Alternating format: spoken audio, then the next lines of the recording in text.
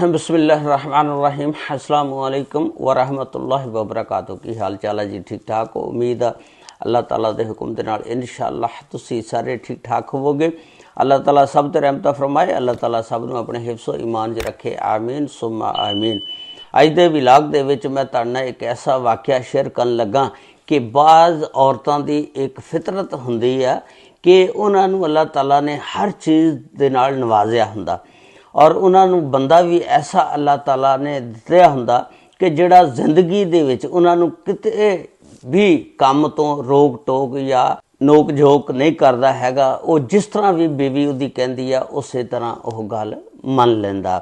जे वह कहंदी है मैं अपने माँ प्यो नूं मिलण जाना, वह कहंदा ठीक है चली जा। लेकिन वह बदबख्त औरत है जिहड़ा अपनी बदबख्ती दा समान आप खरीददी है।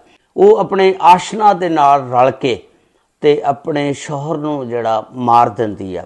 ये वाक़या किस तरह पेश आया, कदों दा, उहदी सारी तफसीलात अज दी इस वीडियो दे विच मैं तुहाडे नाल शेयर करांगा।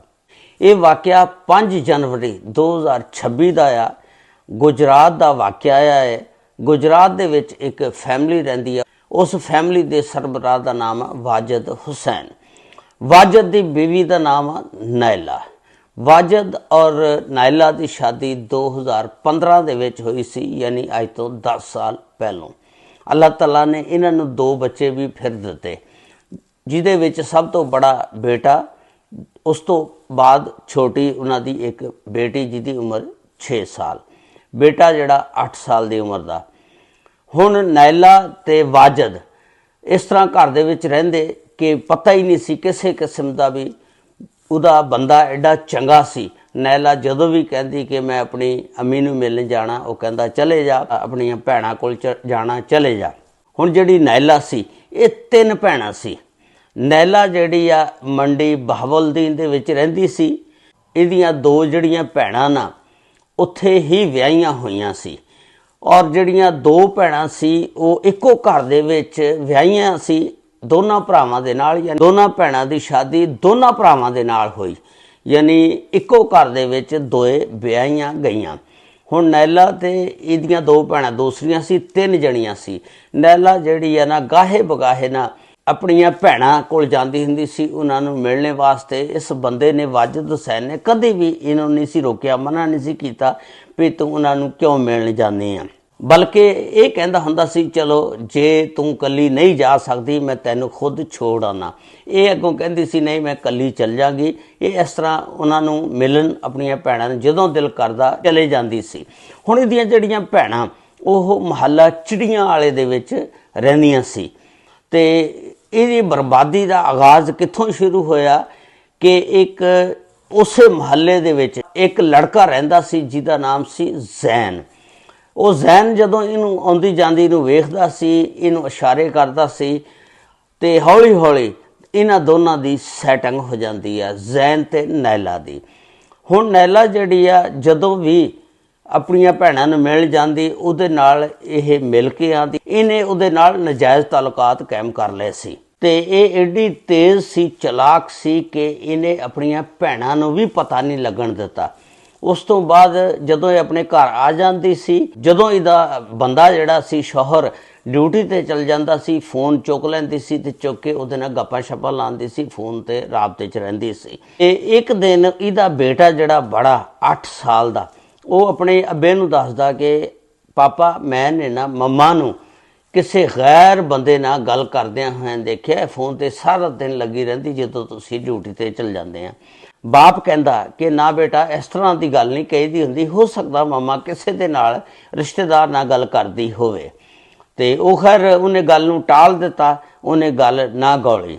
ते फिर ये जिहड़ा आदमी सी वाजिद हुसैन, इन्हें अपनी बीवी कोलों पुछया कि तू सारा दिन फोन ते लगी रहिंदी आ, इस तरह गल्लां करदी आ। उन्हें कहा किने दस्सिया? उन्हें कहा कि मैनूं मेरे पुत्त ने दस्सिया, बेटे ने दस्सिया।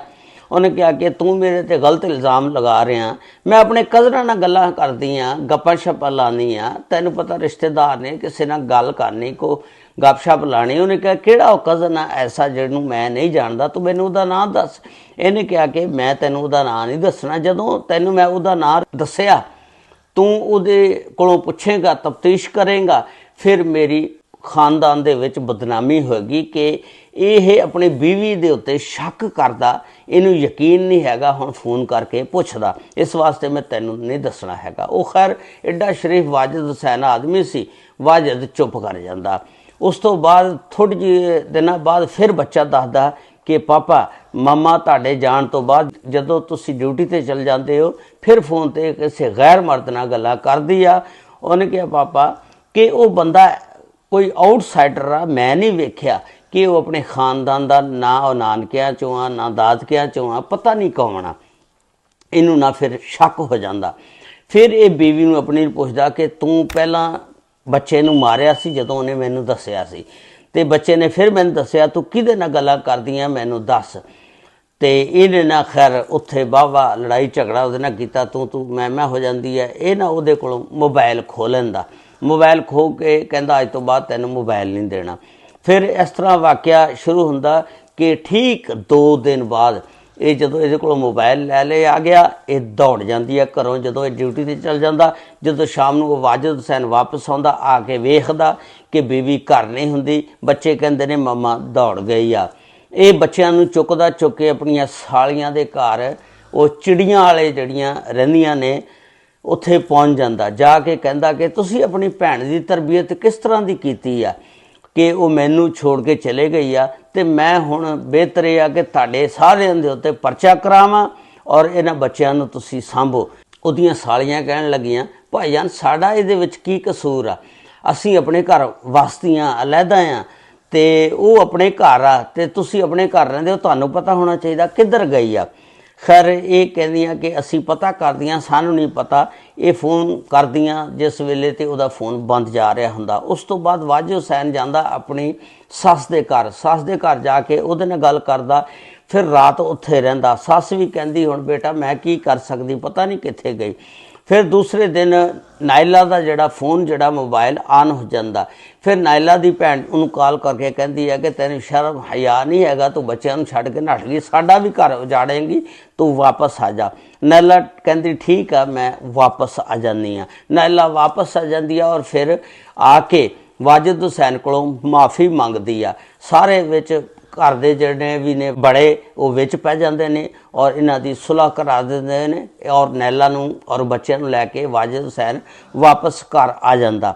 ਉਸ ਤੋਂ ਬਾਅਦ ਇਹ ਸੁਲ੍ਹਾ ਸਫਾਈ ਨਾਲ ਰਹਿਣ ਲੱਗ ਪੈਂਦੇ ਨੇ। ਵਾਜਿਦ ਹੁਸੈਨ ਦੇ ਦਿਲ ਦੇ ਵਿੱਚ ਕੋਈ ਮੈਲ ਨਹੀਂ, ਕਿਉਂਕਿ ਸ਼ਰੀਫ ਆਦਮੀ ਸੀ ਨਾ, ਅਤੇ ਇਹ ਆਪਣੀ ਡਿਊਟੀ 'ਤੇ ਜਾਂਦਾ। ਫਿਰ ਇੱਕ ਦਿਨ 5 ਜਨਵਰੀ 2026 ਨੂੰ ਇਹ ਰਾਤ ਨੂੰ ਜਿਸ ਵੇਲੇ ਡਿਊਟੀ ਤੋਂ ਸ਼ਾਮ ਨੂੰ ਆਂਦਾ ਅਤੇ ਉਹਨੂੰ ਇਹ ਖਾਣਾ ਦਿੰਦੀ ਆ, ਉਹਦੇ ਵਿੱਚ ਨੀਂਦ ਦੀਆਂ ਗੋਲੀਆਂ ਬਹੁਤ ਜ਼ਿਆਦਾ ਪਾ ਦਿੰਦੀ ਆ।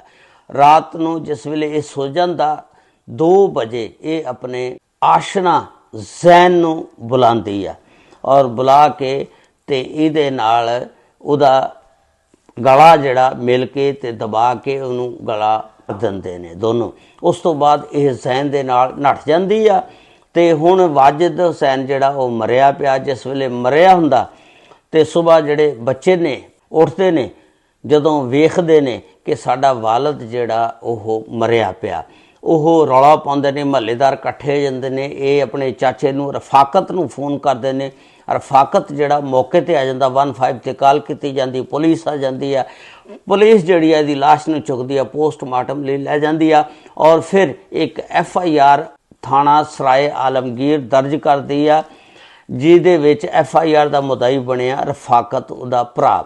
ਰਫਾਕਤ ਨੇ ਦੱਸਿਆ ਕਿ ਸਾਡਾ ਭਰਾ ਜਿਹੜਾ ਬਹੁਤ ਸ਼ਰੀਫ ਸੀ ਔਰ ਫਿਰ ਪੁਲਿਸ ਨੇ ਜਿਸ ਵੇਲੇ ਤਹਿਕੀਕਾਤ ਦਾ ਆਗਾਜ਼ ਕੀਤਾ, ਪੁਲਿਸ ਨੇ ਇੰਨੀ ਫੁਰਤੀ ਮਾਰੀ ਕਿ 48 ਘੰਟੇ ਦੇ ਵਿੱਚ ਦੋਨਾਂ ਮੁਲਜ਼ਮਾਂ ਨੂੰ, ਨਾਇਲਾ ਅਤੇ ਜ਼ੈਨ ਨੂੰ ਗ੍ਰਿਫਤਾਰ ਕਰ ਲਿਆ। ਔਰ ਫਿਰ ਉਹਦੇ ਕੋਲੋਂ ਤਹਿਕੀਕਾਤ ਦਾ ਜਿਸ ਵੇਲੇ ਆਗਾਜ਼ ਕੀਤਾ, ਨਾਇਲਾ ਨੇ ਬੜੇ ਇਨਕਸ਼ਾਫਾਤ ਕੀਤੇ ਕਿ ਮੈਂ ਜਿਸ ਵੇਲੇ ਉੱਥੋਂ ਆਈ ਸੀ ਜ਼ੈਨ ਦੇ ਕੋਲੋਂ ਵਾਪਸ, ਅਤੇ ਮੈਂ ਪਲਾਨਿੰਗ ਕਰਕੇ ਆਈ ਸੀ ਕਿ ਮੈਂ ਹੁਣ ਇਹਨੂੰ ਜਾ ਕੇ ਮਾਰ ਦਿਆਂਗੇ। ਇਸ ਤਰ੍ਹਾਂ ਅਸੀਂ ਦੋਨਾਂ ਨੇ ਪਲਾਨਿੰਗ ਕੀਤੀ ਸੀ ਔਰ ਇਹਨੂੰ ਦੋਨਾਂ ਨੇ ਅਸੀਂ ਮੁਬੱਯਨਾ ਤੌਰ 'ਤੇ ਮਾਰ ਦਿੱਤਾ। ਇਸ ਤਰ੍ਹਾਂ ਫਿਰ ਉਹਦਾ ਬਿਆਨ ਸੀ। ਇਹਨਾਂ ਦੋਨਾਂ ਦੇ ਉੱਤੇ 302 ਦੀ FIR ਦਰਜ ਕੀਤੀ ਗਈ। ਇਹਦੇ ਵਿੱਚ ਤੁਸੀਂ ਦੇਖੋ ਕਿ ਉਹ ਬਦਬਖਤ ਔਰਤ ਆ, ਬਦਕਿਸਮਤ ਔਰਤ ਆ, ਜਿਹਨੂੰ ਘਰ ਦੇ ਵਿੱਚ ਅੱਛਾ ਸ਼ੌਹਰ ਮਿਲਿਆ ਔਰ ਕਿਸੇ ਚੀਜ਼ ਤੋਂ ਵੀ ਰੋਕ ਟੋਕ ਨਹੀਂ ਕਰਦਾ।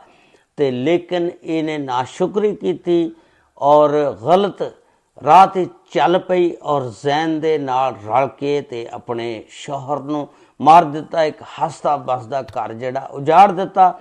ਹੁਣ ਸਾਰੀ ਉਮਰ ਆਪਣੀ ਜ਼ਿੰਦਗੀ ਜੇਲ੍ਹ ਦੇ ਵਿੱਚ ਗੁਜ਼ਾਰੇਗੀ, ਜੇਲ੍ਹ ਦੀਆਂ ਰੋਟੀਆਂ ਖਾਏਗੀ। ਉਸ ਤੋਂ ਬਾਅਦ ਅਦਾਲਤ ਫੈਸਲਾ ਕਰੇਗੀ ਕਿ ਇਹਨੂੰ ਉਮਰ ਕੈਦ ਕਰਨੀ ਆ ਜਾਂ ਸਜ਼ਾਏ ਮੌਤ ਦੇਣੀ ਹੈ। ਫੈਸਲਾ ਜਿਹੜਾ ਅਦਾਲਤ ਕਰੇਗੀ। ਇਹ ਸੀ ਅੱਜ ਦਾ ਵੀਲਾਗ ਜਿਹੜਾ ਮੈਂ ਤੁਹਾਡੇ ਨਾਲ ਸ਼ੇਅਰ ਕੀਤਾ। ਅੱਲਾਹ ਤਾਲਾ ਸਭ 'ਤੇ ਰਹਿਮਤਾਂ ਫਰਮਾਏ। ਅੱਲਾਹ ਤਾਲਾ ਸਭ ਨੂੰ ਆਪਣੇ ਹਿਫਜ਼ੋ ਮਾਨ 'ਚ ਰੱਖੇ। ਅਸਲਾਮੁ ਅਲੈਕੁਮ ਵ ਰਹਿਮਤੁல்லாਹਿ ਵ ਬਰਕਾਤੁਹੂ।